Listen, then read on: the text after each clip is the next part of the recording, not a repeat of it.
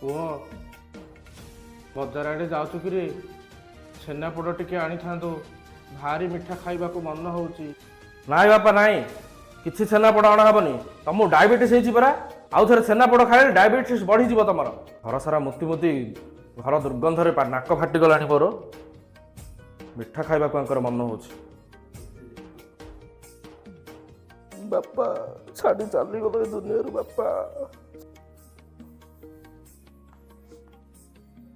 Hello, ହଁ ବାପା ଚାଲିଗଲେ।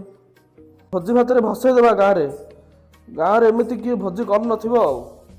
ହଁ, ବାପାଙ୍କର ଟିକେ ମିଠା ପ୍ରିୟ ଥିଲା ତ। ପ୍ରଥମ ଦିନରେ କୁକୁଡ଼ା ଖଣ୍ଡି ରସଗୋଲା ଟିକେ କରିଦେବା, ଆଉ ଦ୍ୱିତୀୟ ଦିନରେ ଜିଲାପି, ରାଜସ୍ଥାନ ଜିଲାପିଟା କରିଦେବା।